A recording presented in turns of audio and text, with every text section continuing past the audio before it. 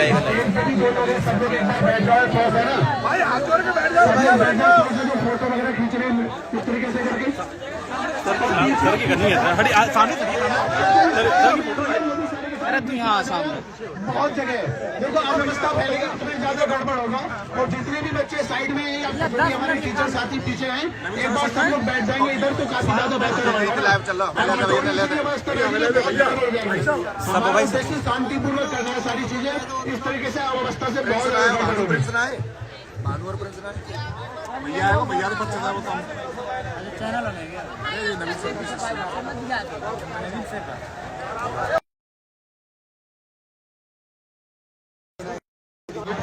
हाथ उठा के बोलने भी यहीं से चले जाओ मैं भी चला जाऊंगा।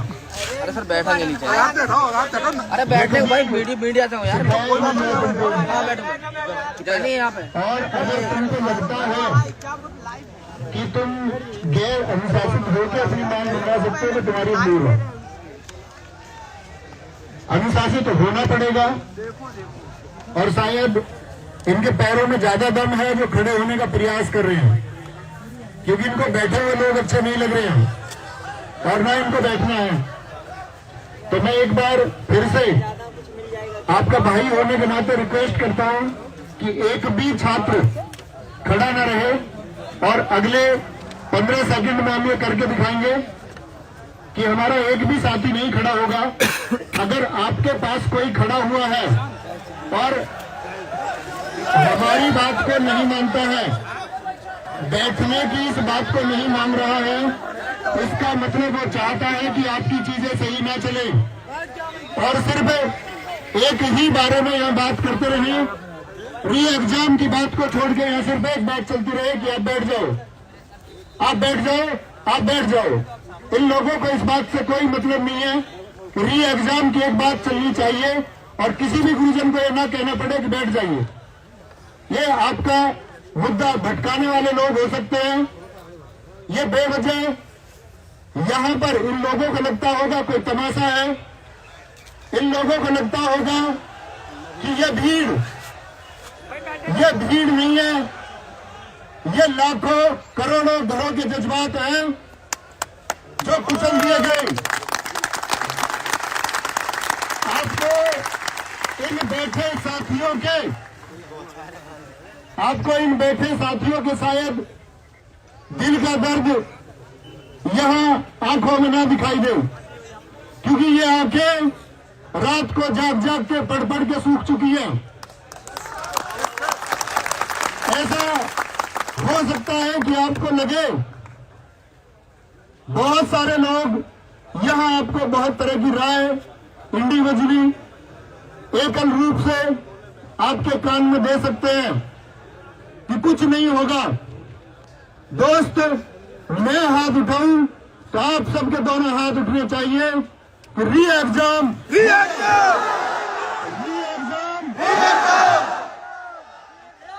और अगर एक छात्र शक्ति और उसके साथ में आपके साथी, आपके भाई, आपके सारे अध्यापक जिन्होंने आपकी तरह नींदें गंवाई हैं, जो सपना आपने देखा वो सपना हमने भी देखा कि हम इस प्रदेश में मेरिट में बच्चों को पहुंचाएंगे जो अपने दम पे सिलेक्शन लेगा। और फ्री एजुकेशन यूट्यूब पर दी वो इस बात के लिए नहीं दी कि चंद लोग 4 घंटे में पेपर पाके तुमसे बेहतर कर जाएं।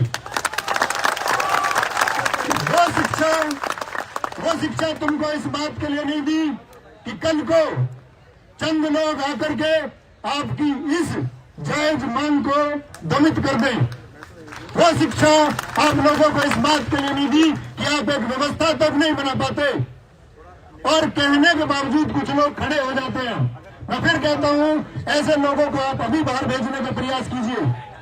जो लोग खड़े हैं ये नहीं चाहते कि आपका री एग्जाम हो।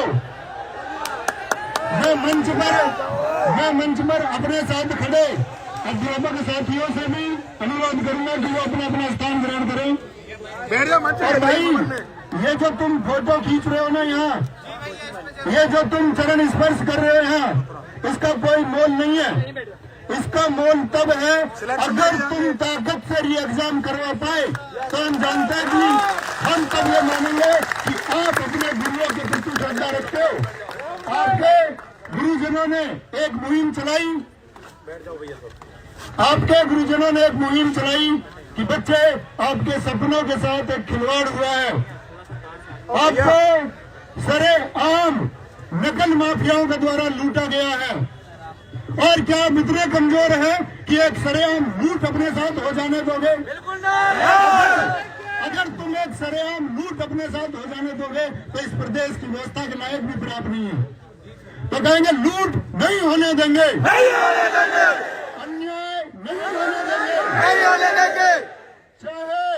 चाहे सूरज निकले, चाहे सूरज डूबे, चाहे सुबह हो, चाहे कितनी शाम, एक ही मान, एक ही मान।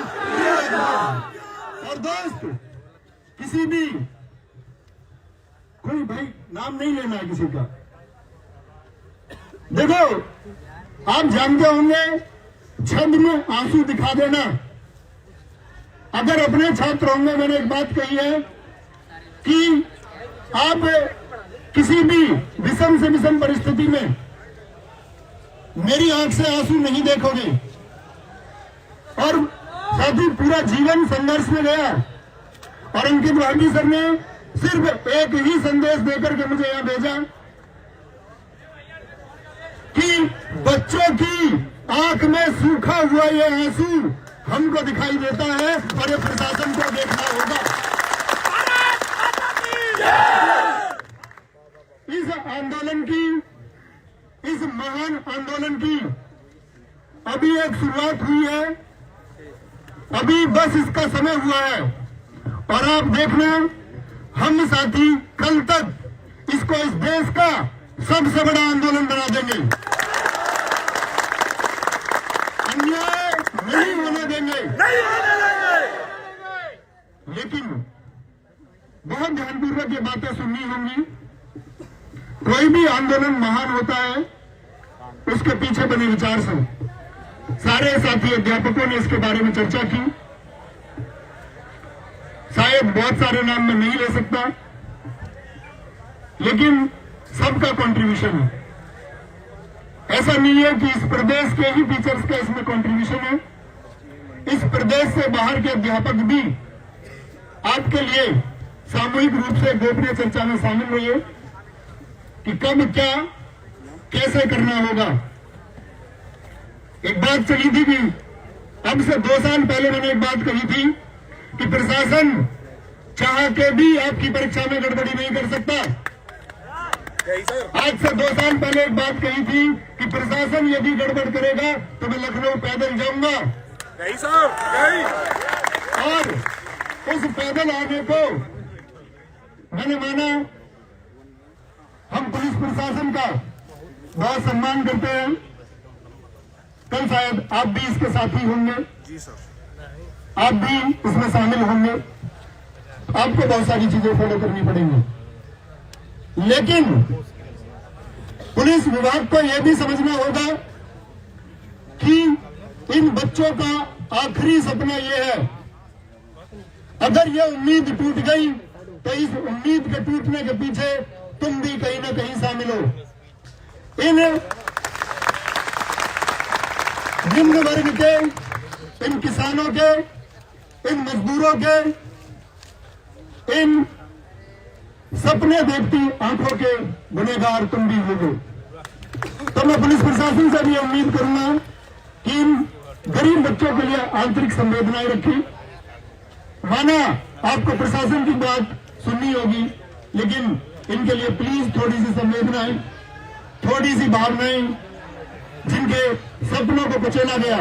क्योंकि आप सोचिए, जिस समय इस देश के किसी भी व्यक्ति, इस राज्य की किसी भी पुलिस ने वर्दी धारण की होगी तो एक मेहनत से वर्दी धारण की होगी और उसके अंदर भावनाएं भी होंगी कि एक मेहनत का छात्र कितनी मेहनत करता है। और यदि भावनाएं नहीं है इन छात्रों को लेकर के, इन मासूम साथियों को लेकर के प्रशासन के अंदर, अगर थोड़ी भी संवेदना नहीं है तो इसका मतलब होगा कि प्रशासन में भी इस धांधली की तरह शामिल हुए कुछ लोग उस समय भी बात किए हैं। तो प्रशासन से अपील है कि इन बच्चों के लिए आंतरिक भावनाएं बचा के रखें, क्योंकि आप सोचिए, इस प्रशासन में बैठा हुआ हर व्यक्ति सोचे, हर मंत्री सोचे, हर संतरी सोचे, हर एक पदाधिकारी सोचे कि अगर आपके सपने को कुचला जाता तो तुम्हें कैसा महसूस होता।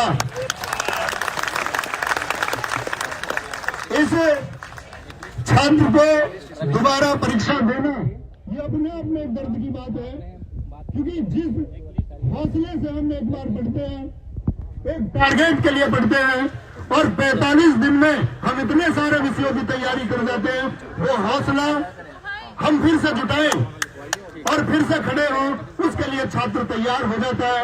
छात्र के लिए बहुत कठिन, और मैं कहूं एक हृदय विदारक बात है कि हमको इतनी मेहनत के साथ ये परीक्षा दोबारा देनी होगी, लेकिन हम देंगे। We want re-exam. हमारी एक ही मांग तो साथी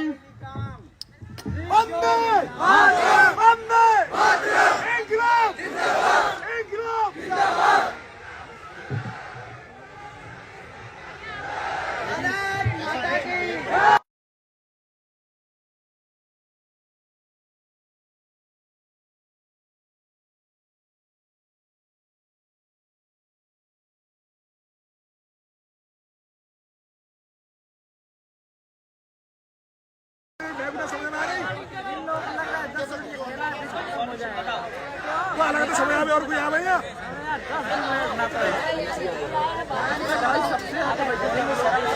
दोस्त याद रख लेना, एक वादा करना, अभी आपकी बात रखने के लिए हम में से कुछ लोगों को यहां से जाना होगा, बुलाया गया है। एक वादा तुमसे लेके जाना चाहूंगा, जो होगा, मैंने कहा अगर कोई जबरन स्टेटमेंट आए, वापस आके मैं ही बोलूं कि आपकी मांग मान ली गई है, तो तुम नहीं मानोगे, क्योंकि मैं कोई पदाधिकारी नहीं हूं, मैं इस प्रदेश को संचालन करने वाला व्यक्ति नहीं हूं। हम मानेंगे ऑफिशियल नोटिस, और ऑफिशियल नोटिस ही हमारी आखिरी उम्मीद है। उसके अलावा किसी भी व्यक्ति का मौखिक आश्वासन नहीं चलेगा, और ये इस छात्र, इस प्रदेश या अन्य प्रदेश के छात्रों के साथ ये पेपर लीक का भी जो अन्याय है, ये नहीं चलेगा। पेपर दोबारा होगा, परीक्षा दोबारा होगी और फेयर कंडक्ट करानी होगी।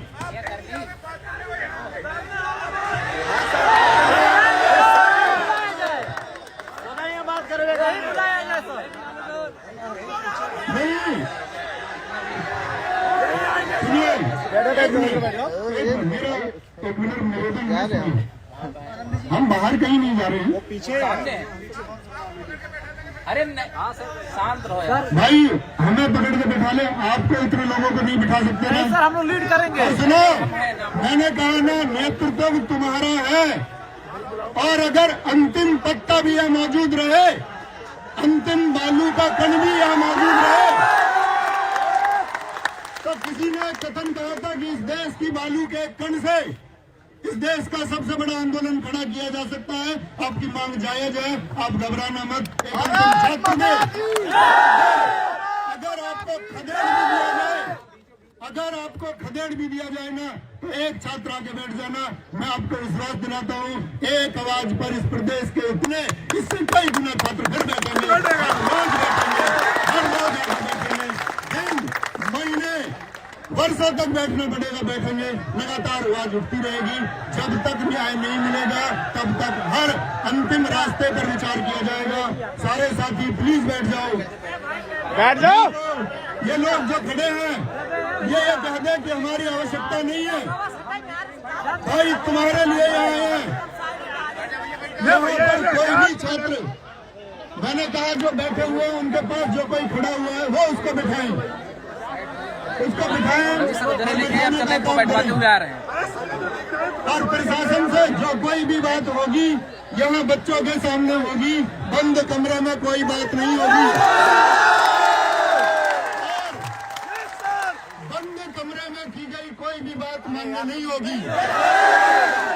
बच्चों के साथ धांधली खुलेआम हुई है, बच्चों के साथ धांधली सोशल मीडिया पर खुलेआम हुई है, तो बातचीत भी खुलेआम होनी चाहिए। अगर प्रशासन ये कह दे कि ये धांधली हमने बंद कमरे से कराई है और हम इसके जिम्मेदार हैं, तो हम भी बंद कमरे में बातचीत को तैयार हैं। लेकिन प्रशासन नहीं मानता इस बात को कि धांधली नहीं हुई है, ये भ्रामक है, ये भ्रामक नहीं है, ये बेरोजगारी है जिसकी वजह से। अरे हट जाओ यार, तुम सब लोग पीछे, तुम बच्चों को कंट्रोल करें, जो बच्चे हैं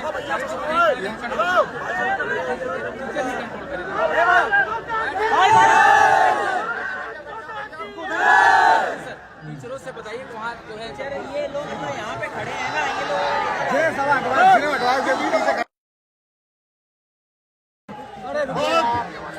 बहुत शांति के साथ बैठेंगे। बहुत जरूरी संवाद आपसे करने वाला हूँ, बहुत जरूरी संवाद।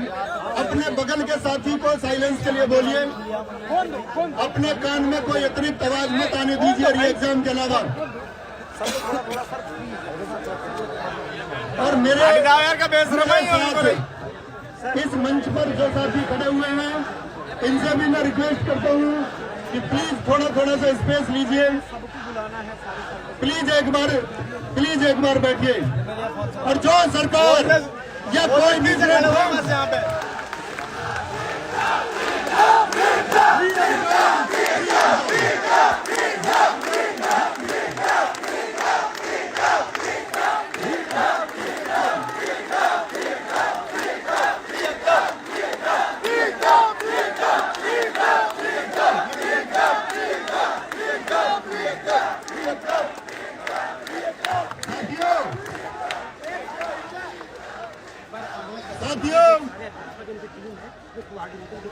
किसी भी सोशल मीडिया के हैंडल पर, एक बार मेरी बात सुनिए, किसी भी सोशल मीडिया के हैंडल पर यह बताया जाता है कि परीक्षा लीक की जो खबर है भ्रामक है। क्या किसी खबर के बारे में हम ये नहीं जानते कि यह भ्रामक है, यह सत्यापित है? यह पढ़ा लिखा वर्ग है साहब, और ये बेरोजगार, उसमें से न जाने कितने छात्र पोस्ट ग्रेजुएट और ग्रेजुएट हैं जो इन अधिकारियों की तरह ये यूपीएससी और पीएससी की परीक्षा पास करने का माद्दा रखते हैं। लेकिन यदि यह सरकार या यह प्रशासन अगर आपको एक सिपाही बनने से रोकता है, तो हम कैसे एक अधिकारी वर्ग की कल्पना कर सकते हैं? तो साथी, हमारी लड़ाई किसी एक व्यक्ति के कहने से खत्म नहीं होगी, ये निरंतर चलती रहेगी। एक बार बोलेंगे, किसी के कहने मात्र से ये खत्म नहीं होगा। ये न्याय की आवाज है, ये झंडा बुलंद होगा। We want re exam, re exam के अलावा कोई बात नहीं होगी। कानून, न्यायालय, ये सब बाद के विकल्प हैं, बाद के विचार हैं। उन सब पहलुओं पर अध्यापक गणों की चर्चा हो चुकी है। आपके लिए हर अंतिम विकल्प पर विचार किया, अध्यापक लीड करेंगे। और मैं कहता हूँ, भविष्य में अगर कोई भी कानूनी कार्रवाई होती है या कोई भी कानूनी प्रक्रिया होती है, तो आपका भाई आपको ये वादा करता है, ये मेरे सामने है कि किसी एक बच्चे का प्रशासन में पैसा खर्च नहीं होने देंगे, मैं वो खर्चा उठाऊंगा।